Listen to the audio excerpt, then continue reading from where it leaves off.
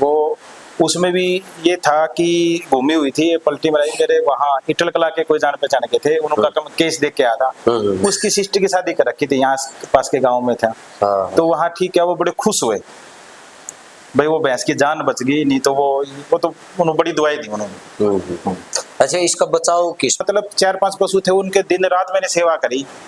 और उनके साथ एक बूढ़ी ही औरत आई हुई थी, उसने मेरे सिर पे हाथ रख के कहा था कि बेटा तू जरूर कामयाब होगा।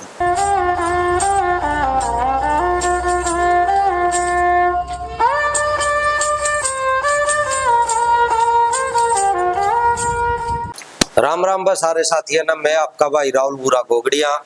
डॉक्टर बोले पशुपालन की बात एक बार फिर हमारे यूट्यूब चैनल पर आप सभी साथियों का स्वागत है भाई। और बहुत ही अच्छी जानकारी लगातार वेट सर्जन डॉक्टरों का आप इंटरव्यू करते आ रहे हैं, और वो भाई बहुत बढ़िया बातें बताने का काम कर रहे हैं। जो भी हमारे डॉक्टर साहब इंटरव्यू दे रहे हैं, उन्होंने अच्छी जानकारी दी है ताकि किसी पशुपालक भाई के कोई बात काम आवे और वो अपने पशुओं को बीमारियां तक बचा सके। डॉक्टरों में प्रसिद्ध डॉक्टर आज हमारे बीच में पुनीत जी और खटकड़ में कार्यरत हैं, तो बातचीत करांगे, जानेंगे किस किस बीमारियों का सामना करना पड़ा है इस क्षेत्र में। तो डॉक्टर साहब एक बार तो प्यार भरी राम राम सारे दर्शकों के लिए, पशुपालक भाइयों। सबसे पहले तो आपके चैनल के सभी दर्शकों को मेरी राम राम नमस्कार। और मैं तो बड़ी खुशी हुई आप यहाँ आए हम लोगों की बातें सुनने के लिए, लोगों को जानकारी देने के लिए, इसके लिए हम बहुत खुश हैं। अच्छा। ताकि हमारी बातें लोगों तक पहुँच सके। और एक ये आज के ज़माने में बहुत अच्छा माध्यम है सोशल मीडिया, जिसके थ्रू लोगों को जल्दी बातें पहुँच सकती हैं। बिल्कुल सर जी। सर अपना पूरा नाम बता दो सर। जी, मेरा पूरा नाम डॉक्टर पुनीत सिंह है। मैं यहाँ वेटरनरी सर्जन हूँ 2022 से, और मैंने एनिमल हस्बेंड्री डिपार्टमेंट ज्वाइन किया था 2010 में।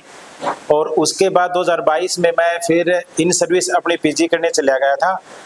उसके बाद 2024 में मैंने दोबारा डिपार्टमेंट ज्वाइन किया है, और मुझे अपनी पीजी के लिए अभी गोल्ड मेडल मिला है। अच्छा जी जी, चलो सर बहुत बहुत बधाई हो आपका। धन्यवाद, आपका बहुत बहुत धन्यवाद। और सर एक बार थोड़ा अपना जीवन परिचय के बारे में, और कहीं ड्यूटी रही है या कितनी पढ़ाई आपने इस मुकाम पाने खातिर के सामना करना पड़े? जी, मेरा गांव मालवी है जो जुलाना के पास है, इसी जींद जिले में है गांव। और मैं 10वीं तक सरकारी स्कूल में पढ़ा हूँ, हिंदी मीडियम था मेरा। उसके बाद मैंने +1 रोहतक जाट कॉलेज से की है। बिल्कुल। और +2 फिर मैंने गवर्नमेंट स्कूल जुलाना से की। बिल्कुल सर। मैं अपने 10वीं में भी टॉपर था और 12th में भी टॉपर था। उसके बाद मैंने तैयारी की, और उसके बाद मेरा वेटरनरी सर्जन, मेरा पशुओं से शुरू से लगाव था, और मैंने वेटरनरी सर्जन का कोर्स BVSC 2003 में एडमिशन लिया था। 2008 में मेरी डिग्री हो गई थी। उसके बाद मैंने 1.5 साल नौकरी करी नेस्ले में, जो समालका फैक्ट्री है। और नेस्ले कंपनी दुनिया की सबसे बेहतरीन कंपनियों में एक कंपनी है, जिसके बहुत सारे मैगी प्रोडक्ट है, नेस्कैफे है, और बच्चों के जो दूध के प्रोडक्ट आते हैं, लैक्टोजन है, नेस्ट्रोजन है। उसके बाद मैंने 3 मई 2010 को वो नौकरी छोड़ के ये ज्वाइन कर लिया। अच्छा जी जी। अच्छा। मेरी पोस्टिंग पहली पानीपत में गांव है डाहर, वहां मैं 2 साल रहा। और उसके बाद 10 साल फिर मैं रामराय गांव में रहा। उसके बाद ऑनलाइन ट्रांसफर के बाद मैं इस गांव में रहा, खटकड़ गांव। जी। अच्छा जी, अपनी जिंदगी में कोई अद्भुत सा केस आया जो आप कन्नू वो केस मेरा सारी उम्र याद नहीं होगा? मैंने अपने जीवन में बहुत सारे केस देखे, मैंने बहुत सारे ऑपरेशन किए। और मेरे को मतलब ये लगता है कि जैसे एक बार फांसी के कुछ केस थे, जब मैं फाइनल ईयर इंटर्नशिप में था, 2007 या 8 की बात है। बिल्कुल सर। वो पॉइजनिंग के केस थे, उसमें से एक जो कटड़ी थी वो आते ही मर गई थी। और उसके मैंने मतलब 4-5 पशु थे, उनके दिन रात मैंने सेवा करी। और उनके साथ एक बूढ़ी ही औरत आई हुई थी, उसने मेरे सिर पे हाथ रख के कहा था कि बेटा तू जरूर कामयाब होगा। हाँ। तो मेरे को लगता है मतलब दवाओं से ज्यादा दुआओं में असर होता है। वो सारे के सारे पशु भी ठीक हुए, और मैं समय पर नौकरी लग गया। समय पर जी। देखो, देसी कहावत है कि नीत के साथ बरकत होती है। बिल्कुल। मैं तो ये मानता हूँ, मैं जितने भी पशुओं ट्रीटमेंट करता हूँ भगवान को देख के करता हूँ, और भगवान को देख के पर्ची लिखता हूँ। अच्छा। और भगवान की दया से बड़ा अच्छा रिजल्ट आता है, लोग खुश हैं। अच्छा जी। अच्छा, वो आसी वाला केस याद है? जी। अच्छा। उसके बाद मैंने एक मिर्जपुर में केस किया था, वहाँ एक बच्चा फंसा हुआ था भैंस के, उसका ऑपरेशन किया था। उन लोगों ने भी बहुत दुआएं दी मेरे को। अच्छा जी जी। तो ऐसे बहुत सारे केस हैं। मैंने भैंस का ऑपरेशन किया था जब मैं पानीपत था, रात के 12 बजे ऑपरेशन किया मैंने। और वो बीड़ी गली थी, पशु को भी लेके नहीं आ सकते थे कहीं पे, रात को वहीं मैंने ऑपरेशन किया। और उन लोगों ने 3 महीने के बाद वो जब नया दूध के लिए बीज रखवाने आए तो जो बताया जी इस भैंस का आपने ऑपरेशन किया था, ये बिल्कुल स्वस्थ हो गए थे। तो बहुत सारे ऐसे केस हैं और बहुत सारे ऐसे लोग हैं जो मतलब वास्तव में दुआ देते हैं। मैं कहता हूँ कि मतलब वेटरनरी सर्जन जो काम करते हैं उन लोगों के साथ बहुत अच्छा इंटरेक्शन होता है और वो लोग भी और भगवान के माध्यम से कहीं ना कहीं रूप में सब मदद करते हैं। बिल्कुल जी, आशीर्वाद जी। मिलता है। अच्छा जी, बात करा जो आपने कटड़ू फसल यानी बच्चा फसलों की बात बताई है, वो एक बार थोड़ा विस्तार से बताओ जी। उसके कैसे वो फंसा था बच्चा दानी या फिर कैसे किया टिक गया था? देखो वो आज के क्या है जमाने में थोड़े से जो क्वैक्स हैं, जो जोड़ा छाप है वो बड़े हुए, वो कई बार केस छेड़ देते हैं लेकिन सोल्यूशन नहीं होता। वो फिर पीछा छुटा के कहते हैं किसी डॉक्टर को दिखा लो, किसी अच्छे डॉक्टर को दिखा लो। हाँ जी। ठीक, कई तरीके होते हैं। कई बार तो बच्चा उल्टा होता है, हाँ। पूंछ मतलब बच्चेदानी की तरफ है, या फिर कई बार गर्दन टेढ़ी हो गई, कई बार हाथ टेढ़ा हो गया, कई बार दोनों जो अगले पैर है वो टेढ़े हो गए। तो इस टाइप के बहुत सारे केस आते हैं। उसका एक और सॉल्यूशन है जी, उसको पलटी खुआना। इसी में है या वो एक अलग चीज है, उसको यूट्राइन टॉर्सन बोलते हैं। इसमें क्या होता है, जो 7 से 8 महीने का पशु जो क्या बनता है, उसमें कई बार जैसे ऊंची नीची जगह होती है, यहाँ कोई तालाब में ले गए तो जो गर्भ है वो फ्लोट करता है अंदर, ठीक है। और या कई बार जैसे ऊंची नीची जगह है तो उसमें पैर रखा है तो वो बच्चेदानी घूम जाती है। बिल्कुल जी, बिल्कुल ठीक है। और घूमने के कारण वो उसकी ब्लड सप्लाई भी रुक जाती है और पशु 1 या 2 दिन के लिए उठा बैठी करता है। उसके बाद वो फिर सिचुएशन अंदर तो खराब होने लग जाती है लेकिन खाना पीना पशु नॉर्मल रखता है। अच्छा जी। हाँ, यदि उसको टाइमली हम देखभाल कर लेते हैं, अच्छे चिकित्सक की सलाह ले लेते हैं तो उसमें फिर उसकी पलटी पशु की पलटी लगती है, उसके बाद वो ठीक हो जाता है। इसके लक्षण किस तरह दिखाई देंगे? अगर किसी पशु का यह बीमारी हो, किसी पशुपालक भाई न जानता हो तो किस प्रकार लक्षण? इसका थोड़ा सावधानी ये रखनी है कि एक तो उठा बैठी करेगी 1 या 2 दिन के लिए, उसके बाद जो ल्योटी है वो सिकुड़ना शुरू हो जाएगी। अच्छा, ल्योटी शुरू। हाँ, बाकी तो जो डॉक्टर है वो अंदर हाथ डाल के बताएगा कि बच्चेदानी घूमी हुई। अच्छा जी। अभी हम यहाँ आने के बाद एक केस देखे थे, वो उसमें भी ये था कि घूमी हुई थी, पलटी मराई मेरे वहाँ इटल कला के कोई जान पहचान के थे, उनका केस देख के आया था। उसकी सिस्टर की शादी कर रखी थी, यहाँ पास के गाँव में था। तो वहाँ ठीक है, वो बड़े खुश हुए भाई वो भैंस की जान बच गई, नहीं तो वो तो उन्होंने बड़ी दुआई दी उन्होंने। अच्छा, इसका बचाव किस प्रकार कर सकेगा? जैसे आपने बताया तालाब में जी, एक तो बचाव मेन तो है टेढ़ी मेढ़ी जगह पे लेकर जाना पशु को। जी। कौन सा महीना तक लेकर जी? जो लास्ट के ट्राइमेस्टर 8वां 9वां 10वां में। 8वां 9वां 10वां जी, ठीक है सर। एक तो टेढ़ी मेढ़ी जगह। हाँ, और तालाब में ज्यादा देर बैठाना नहीं चाहिए, तालाब में ना जी। अच्छा जी। अच्छा, आजकल जैसे आप खटखड़ गांव में ड्यूटी कर रहे हैं जी, कौन से केस ज्यादा ग्रामीण क्षेत्र हो जी अपना यूपी और आसपास में भी ग्रामीण क्षेत्र? हाँ, आसपास के आज के दिन यदि हम पशुओं में केस देखें, सब ज्यादा केस आते हैं एनिस्ट्रस, मतलब पशु टाइम पर ना बोल रहे, ना गर्मी में आवे, ठीक है, ये सबसे बड़ी सबसे है। या फिर दूसरी साथ लगती समस्या है कि बार बार फिर जाए। हाँ जी, ठीक है। और ये कहते हैं कि यदि एक गर्मी भी मिस होगी, एक हीट मिस होगी तो पशुपालक को लगभग 10 से 12 हजार का नुकसान होता है जी। बिल्कुल। हाँ, उसमें सावधानी ये रखनी है, आपने समय पर तो मिनरल मिक्सचर देना है पशु को। ये जैसे खनिज लवण जो होता है, खनिज मिश्रण आता है, वो 50 ग्राम सुबह शाम देना होता है, वो लगभग हर पशु को देना चाहिए आज के दिन। ठीक है सर। उससे पहले कीड़े की गोली हर 3 महीने में हर पशु को देनी चाहिए। कीड़े की गोली। हाँ जी। और साल में एक बार कीड़े की गोली चेंज भी करनी चाहिए। हाँ जी। ताकि उसका रेजिस्टेंस ना चेंज मतलब दूसरे, जैसे 3 बार हमने एक दवाई दे दी, 1 साल्ट की दवाई दे दी, चौथी बार देंगे तो साल्ट हमने चेंज करना चाहिए। ठीक है, ताकि उसका रेजिस्टेंस ना हो। हाँ जी। अच्छा जी, और कुछ है? और हाँ, पशु को अच्छा चारा और सूखा हरा चारा, ये 2:1 का वो रेस होता है इसमें जो कर।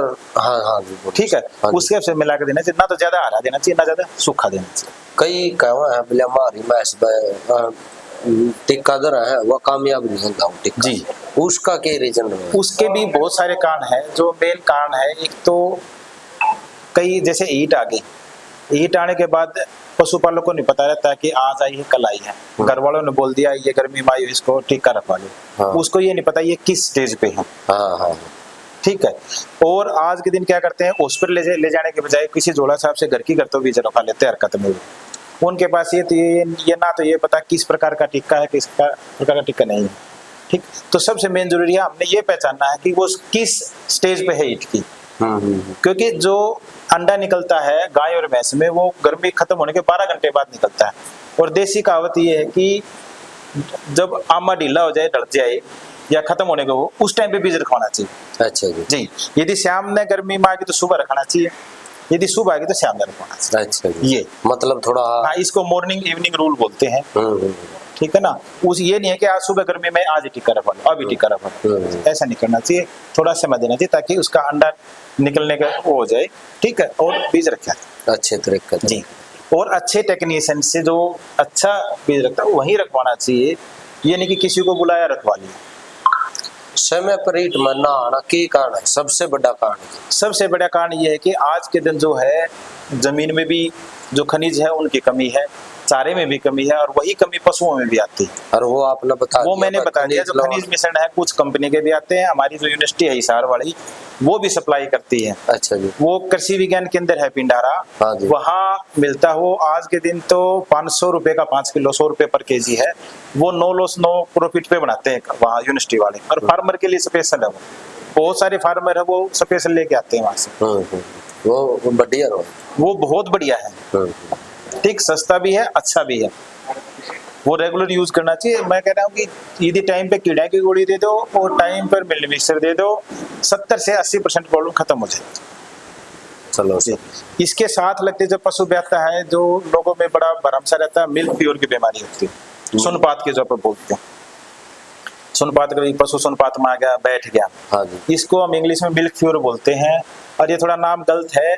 इसमें फीवर नहीं होता, इसमें टेम्परेचर डाउन आ जाता है, बुखार आ जाता है। हाँ। इसका जो सबसे मेन कारण क्या है, लास्ट के टाइम पे ज्यादा कैल्शियम देने के जो देते हैं लोग, बेशक कैल्शियम देते हैं, लोटी बन जाएगी, इसकी दूध अच्छा दे देगी। हाँ, ठीक, ये नुकसान है। ये नुकसान है। लास्ट के महीने में जब बच्चा बड़ा होता है पेट के अंदर, उसके टाइम हमने कैल्शियम की जरूरत तो है उसको, पशु को बिल्कुल जी। बच्चे को भी जरूरत है। हाँ, लेकिन थोड़ा सा हमने अंडर डोज में देना चाहिए, ताकि वो माँ जो है, जो भैंस है, गाय है, वो थोड़ा कैल्शियम अपने शरीर का यूटिलाइज करे, थोड़ा सा बाहर से यूटिलाइज करे, ताकि शरीर एक्टिव रह जाए।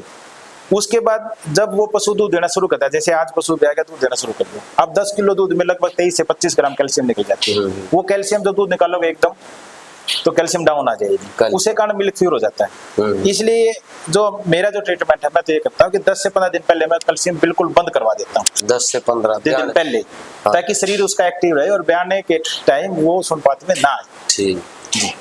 और ये और भी करना चाहिए जी? ये बिल्कुल करना चाहिए, 10 से 15 दिन पहले बंद कर देनी चाहिए कैल्शियम। और कुछ बताओ जी, जो आप पशुपालक भाई घर पर आराम से कर सका है, थोड़ा ज्यादा बीमार। और तो थोड़ा टाइम का ध्यान रखना चाहिए कि किस टाइम पे ना पशु की जो डेट, मतलब जैसे टाइम है 10 महीने 10 दिन मानते हैं भैंस का, और गाय का 9 महीने 9 दिन मानते हैं। ठीक है, रफली जो आइडिया लेते हैं, उस टाइम पे थोड़ा ध्यान रखना चाहिए। पशु 2-2.5 घंटे में ब्याह जाना चाहिए। ठीक है, यदि अब एक मटिंडी आएगी, दूसरी मटिंडी आने के बाद यदि पशु नहीं, उसके मतलब जो मुंह नहीं दिखता या पैर नहीं दिखता, तो डॉक्टर को बुला लेना चाहिए। कितना समय? मतलब 1 घंटे के अंदर अंदर। 1 घंटे में जी।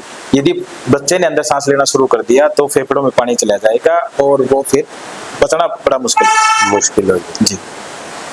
एक ये सावधानी है। दूसरी जो हम ओरनाल बोलते हैं, जो वो काटते हैं, वो थोड़ा सा 2 से 3 इंच दूर से काटने चाहिए, साफ सुथरे ब्लेड से काटने चाहिए।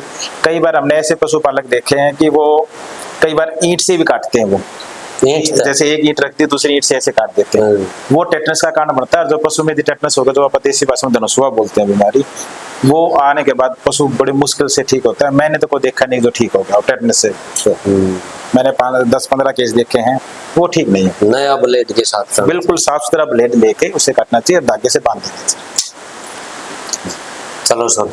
हाँ, इसमें साथ में सावधानी ये है कि बच्चे को 2 से 3 घंटे के अंदर अंदर, जैसे बड़ा बच्चा खड़ा होता है, उसको दूध पिला दो। कई लोग ये सोचते हैं कि जेर गिरने की जब दूध पिलाएंगे, वो बिल्कुल गलत धारणा है।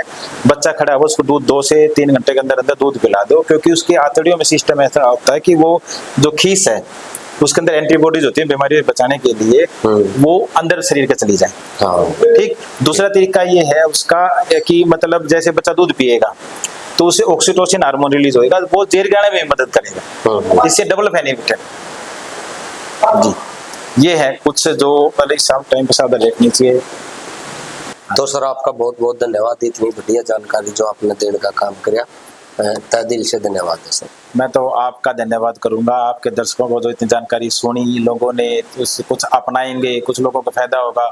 और मेरी एक आपके जो दर्शक हैं, आपके माध्यम से मैं कहना चाहूंगा कि ये जानकारी वो सुनने के बाद लोगों को भी बताएं, बिल्कुल, जो पशु रखते हैं, ताकि उनको भी फायदा हो और वीडियो ने भी शेयर कर ले, लाइक कर ले, ताकि वो आगे फैले ये बात, किसी भाई का फायदा हो जाएगा। ठीक है, क्योंकि हमारे जो डिपार्टमेंट का नाम है वो पशुपालन है। हमने लोगों के पशु पलवाने हैं, ठीक, बीमारी नहीं आने देनी, ताकि हम जानकारी इस प्रकार दे दे ताकि उनकी वो बीमारी कम से कम आए। कम से कम। जी, चलो धन्यवाद, बहुत बहुत धन्यवाद।